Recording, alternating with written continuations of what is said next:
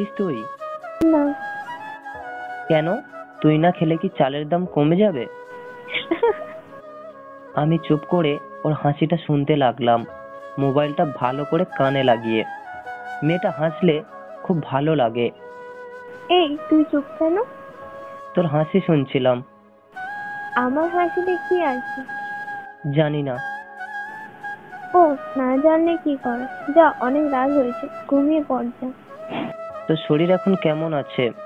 ওষুধ খাচ্ছিস তো টাইম মতো? আমাকে তো কিছু জানাস না। খাই তো। ট্রিটমেন্টের জন্য কবে যাবি সিঙ্গাপুর? জানি না, বাবাকে কিছু জিজ্ঞাসা করলে বলে সময় মতো জানতে পারবে। বাবা ডাক্তারের কাছ থেকে আসার পর কেমন মুখ কালো করে থাকে। আমার কি হয়েছে তা বলে না। আমি মনে হয় আর বাঁচবো না রে। আমি রাখি, বাই। রাখিস না, শোন আমার কথাটা। আমি কলটা কেটে দিলাম। মেয়েটা মেজাজ খারাপ করে দিয়েছে। একটু পর একটা মেসেজ, সরি লেখা। রাগ তাতেও কমলো না আমার। কয়েকদিন পর কলেজের মধ্যে ক্লাস করছি, হঠাৎ ঋষিকার ফোন। ধরলাম না। এরপরে টেক্সট আসলো, আমার ফ্লাইট আগামীকাল, দেখা করতে পারবি আমার সাথে? মেসেজটা দেখে আমার বুকের ভেতরটা কেমন যেন করে উঠল। ক্লাস শেষ হওয়া মাত্র কল দিলাম। কানের কাছে বাজতেই থাকলো কণ্ঠটা, দুঃখিত, কাঙ্ক্ষিত নম্বরটিতে এই মুহূর্তে সংযোগ দেওয়া সম্ভব হচ্ছে না। আবার রাত্রে কল দিলাম। ফোনটা ধরলো সে, গম্ভীর গলা, কেঁদেছে মনে হয়। আচ্ছা ঋষিকা, কাল কখন যাবি সিঙ্গাপুর? দুপুরে। সবকিছু গোছানো কমপ্লিট? হুম। রাগ করেছিস আমার উপর? না। আকাশ, আমাকে ভালোবাসিস? বাসি তো। কেন, তুই বুঝিস না? তাহলে তোকে ডাকলাম, কেন এলি না? আমার ক্লাস ছিল, তাই আসতে পারিনি, সরি। আমি যদি আর ফিরে না আসি, যদি আর কোনোদিন দেখা না হয়? উফ, তুই আবার শুরু করলি? আচ্ছা যা, বন্ধ করলাম। তোর জন্য কি আনবো বল? শুধু তোকেই আনিস, আমার শুধু তোকেই চাই। আনবো। আচ্ছা, তোর নীল রঙের টি শার্ট পছন্দ তাই না? নীল রঙের। সকালে ফোন দিতে পারবি? পারবো। ঠিক আছে, এখন ঘুমিয়ে পড়, রাত হয়েছে। আমিও ঘুমাবো। Good night. Good night. পরের দিন সকাল থেকে ঋষিকার ফোন আর খোলা পাইনি আমি। ওর বাড়ির কাছে এক বান্ধবীকে কল দিয়ে জানতে পারলাম ঋষিকা সিঙ্গাপুর চলে গেছে। অদ্ভুত মেয়ে, আমাকে হোয়াটসঅ্যাপেও একটা মেসেজ, ওখান থেকে একটা কলও দিল না। স্বভাবই এরকম মেয়েটার। কয়েকটা মাস কেটে যাওয়ার পর আমার কাছে ঋষিকার ফোন এলো।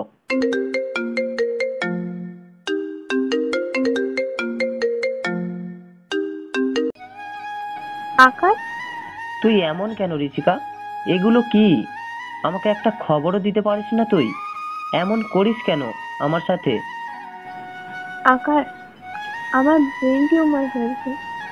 প্রচন্ড একটা ধাক্কা খেলাম আমি। আমার মুখ থেকে আর কথা বের হলো না। আকাশ, তোর জন্য আমি আর আমাকে আনতে পারলাম না, ক্ষমা করে দিস। আমার চোখ থেকে টপ টপ করে জল পড়তে লাগলো। ঋষিকা আমার জীবন থেকে আস্তে আস্তে হারিয়ে যাচ্ছে। আমি অসহায়। তোকে আমি একবার দেখতে চাই ঋষিকা। ফোনের ওপাশ থেকে কান্নার আওয়াজ শুনতে পেলাম। মেয়েটা সেলাইনটা কেটে দিল। ডক্টর আর কিছুই করতে পারেনি। অপারেশনও সম্ভব ছিল না। ঋষিকার লাশ সিঙ্গাপুর থেকে সরাসরি নিয়ে যাওয়া হয়েছিল তার গ্রামের বাড়িতে। তার সাথে আমার আর এ জীবনে কখনোই দেখা হবে না। হঠাৎ একদিন দুপুরে আমার বাড়িতে একটা পার্সেল আসলো আমার নামে। প্যাকেট খুলে পেলাম একটা নীল রঙের টি শার্ট আর একটি চিঠি। চিঠিতে লেখা ছিল, আকাশ, আমি বাঁচবো না, তা তোকে আগেই বলে দিয়েছিলাম। তোকে ছেড়ে চলে যাব এটা ভেবে একদম মন খারাপ করিস না। আমি খুব শক্ত মেয়ে। তুই জানিস আমি নিজেকে যে কিভাবে ধরে রেখেছি, তা তোকে বলে বোঝাতে পারবো না। আমি থাকবো তোর গানে, তোর ছেঁড়া পাতা, তোর বৃষ্টির সন্ধ্যা। আমার জন্য একটু একটু ভালোবাসা জমা রাখিস। আমি আজ নেই, তবুও কত সুর বেজে ওঠে তোমার ওই গানের মাঝে। ওই পথ বেছে নিচে আমার বেলা শেষে স্বপ্ন ফিরে আসে। চিঠিটা নোনা জলে ভিজতে থাকে। তার স্মৃতি আমি গড়ে রেখেছি চোখের নোনা জল দিয়ে, স্বপ্ন দিয়ে আজও। আসলে কিছু কিছু ভালোবাসা এভাবেই অপূর্ণ থেকে যায়। এমন একটা কোনো অনাকাঙ্ক্ষিত ঘটনা ঘটে যায় আমাদের জীবনে, যেটা আমাদের নিয়ন্ত্রণের বাইরে। তাই যতদিন সম্ভব ততদিন আমাদের প্রিয় মানুষদের ভালোবাসা উচিত। রাগ, অভিমান, ঝগড়া এগুলো দূরে ঠেলে দিয়ে। কারণ আজ আপনি রাগ, অভিমান, ঝগড়া করে সময় পার করছেন কালকের ভালোবাসবেন বলে, কিন্তু সেই কাল আপনি ভালোবাসার সুযোগটা নাও পেতে পারেন। তাই ভালোবাসুন ভালোবাসার মানুষটাকে। সো ফ্রেন্ডস, আমাদের ভিডিওটি কেমন লাগলো সেটা না হয় কমেন্ট করেই জানাবেন, আর ভিডিওটি লাইক দিয়ে ভিডিওটি শেয়ার করবেন। আর আপনি যদি আমাদের ইউটিউব চ্যানেলে নতুন হয়ে থাকেন তাহলে অবশ্যই আমাদের চ্যানেলটি সাবস্ক্রাইব করে সাথেই থাকবেন। তো দেখা হচ্ছে পরের কোনো ভিডিওতে। ধন্যবাদ সবাইকে।